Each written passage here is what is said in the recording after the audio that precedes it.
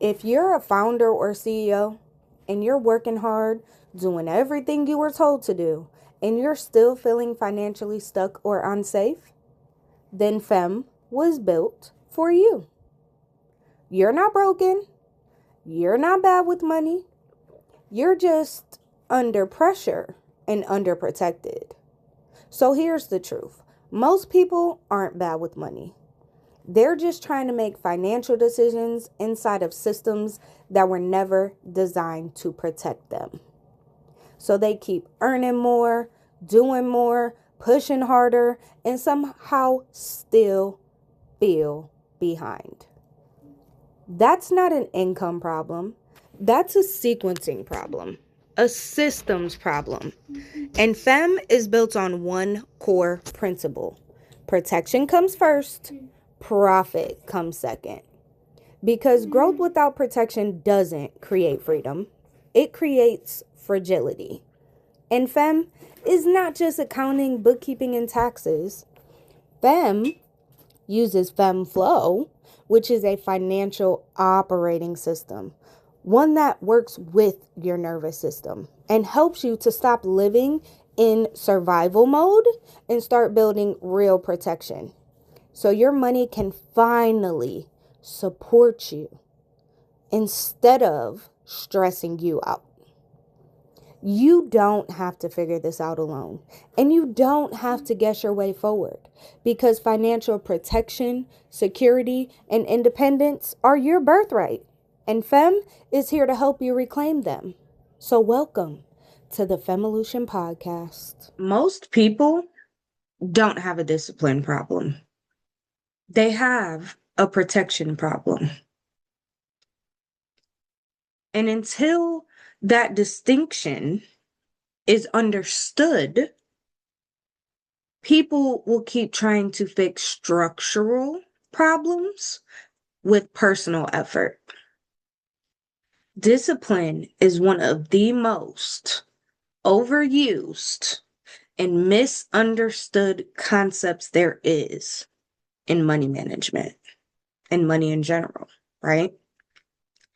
Because when people struggle financially, discipline is almost always the diagnosis.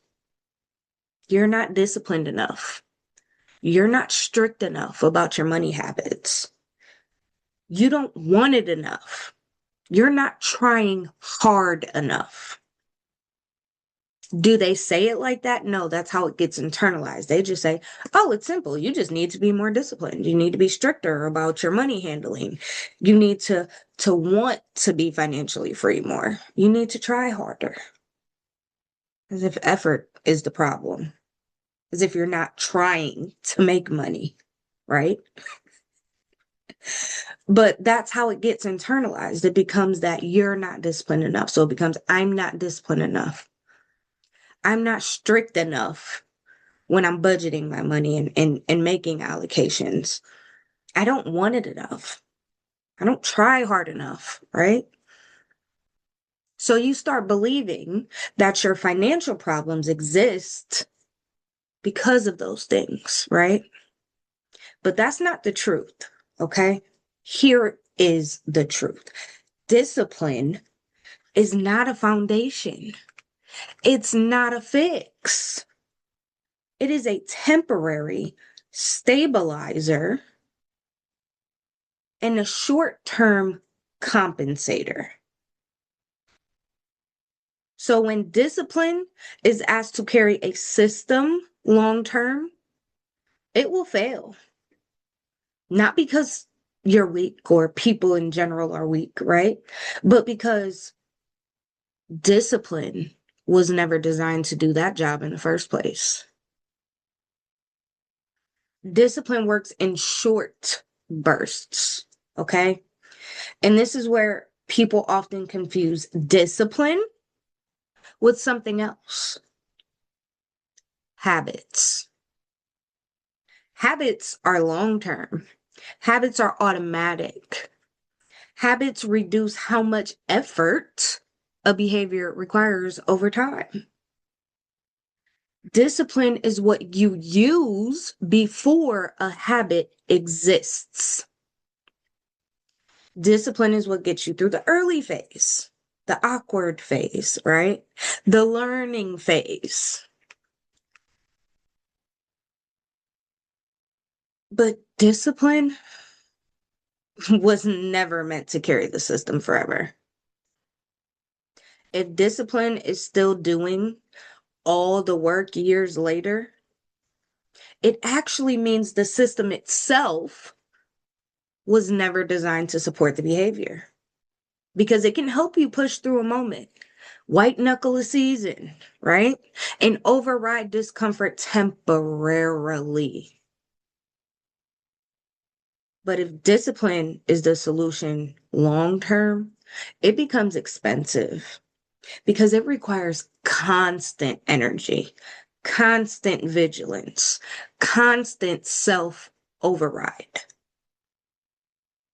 In any system that requires constant override to function is not stable. It's fragile. And this is where most people get misdiagnosed. They're not undisciplined or over disciplined, right? They're holding their finances together with effort instead of protection, with willpower instead of containment, with pressure instead of structure that respects their limits. And when they finally get tired, because hello, we're human, right? We're not robots. We're not AI. We can't just keep going forever. We're not the Energizer Bunny. But when they finally get tired, the system collapses. Not because they failed, but because discipline was doing work that capacity protection should have been doing all along. If your financial system only works when you're at your best, then your system is unsafe. Because no one, I don't care who you are, no one is at their best all the time. We are human. Our capacity fluctuates. Our energy changes, sometimes moment to moment, right? Life interrupts us always. Sometimes our health has to take priority. Our attention and our focus in any given moment can narrow.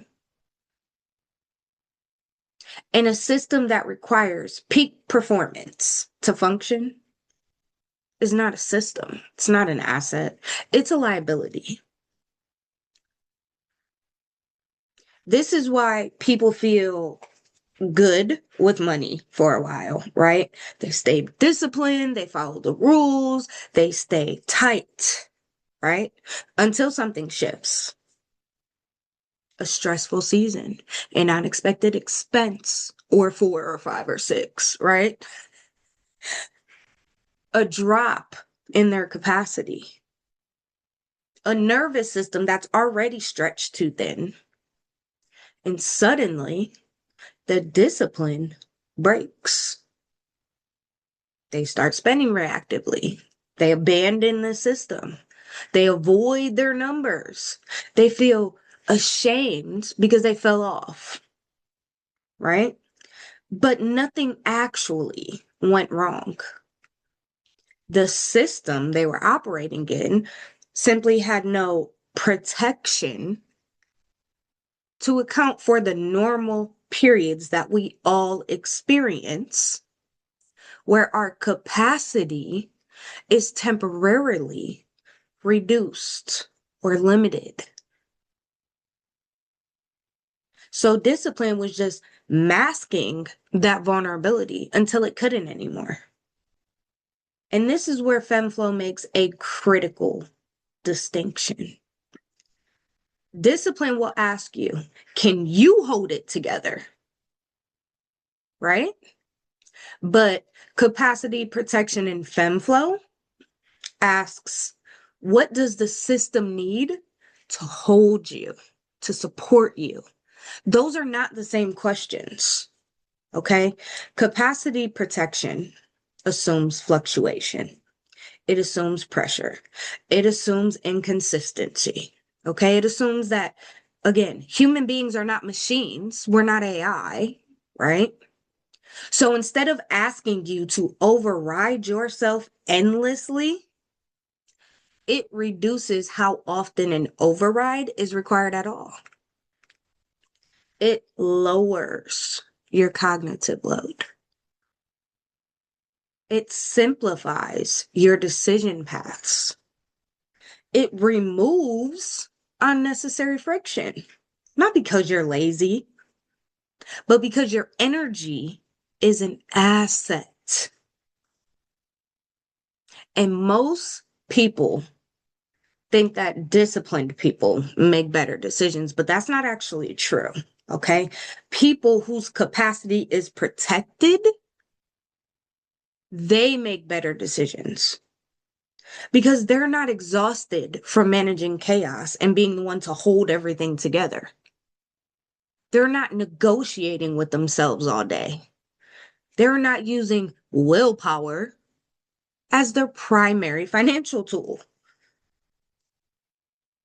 And this is why discipline eventually fails.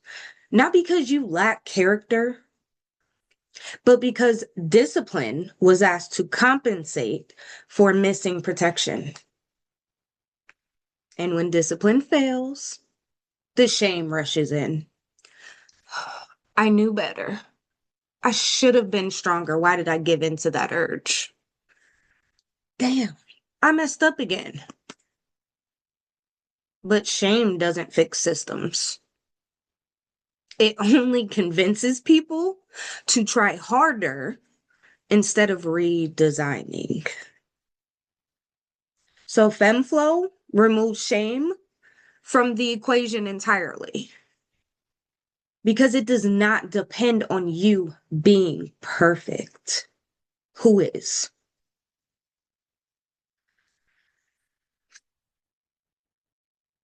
It doesn't even require constant restraint. It doesn't ask your nervous system to stay braced in order to function.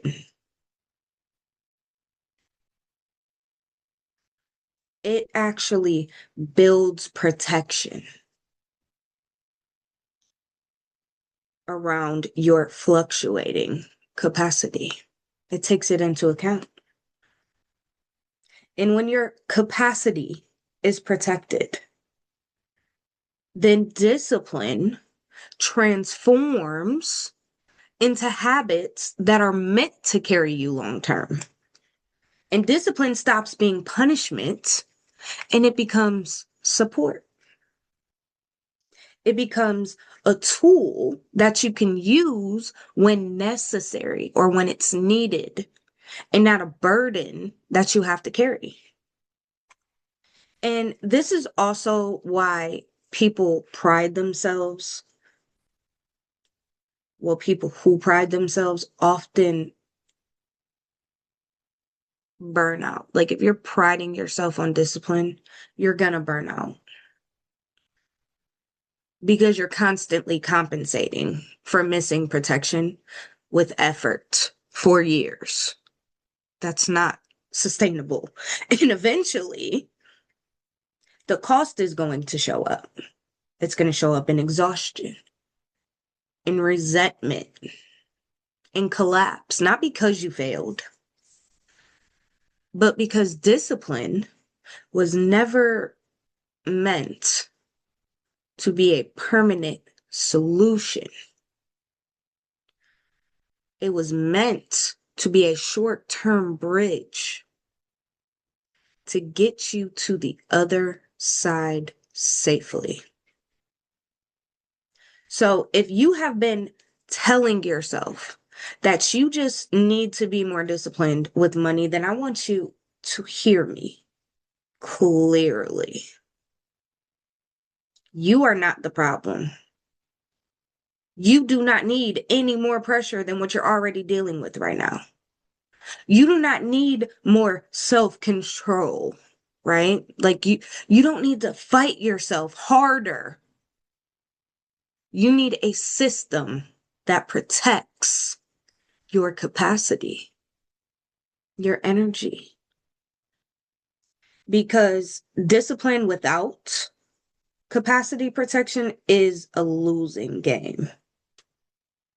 100%. Because capacity protection is what makes discipline successful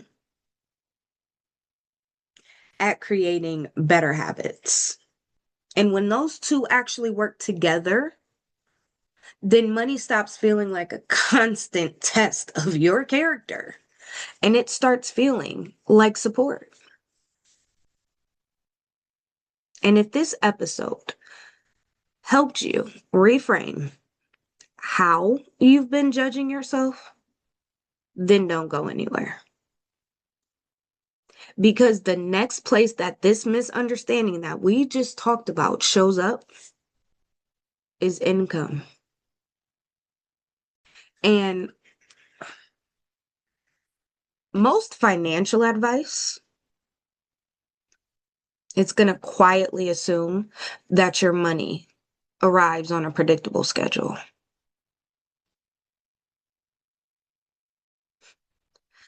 But for founders, creatives, entrepreneurs, and anyone building something of their own, income rarely behaves that way. Rarely. And when your income is inconsistent, discipline becomes even less reliable as a solution. So next week, we are going to talk about what FEMFlow actually looks like when your income arrives in waves, and why protection matters even more when predictability disappears. So until then, make sure you subscribe to the channel, like this video, turn on your notifications, and I'll see you back here next Tuesday because we're going to talk about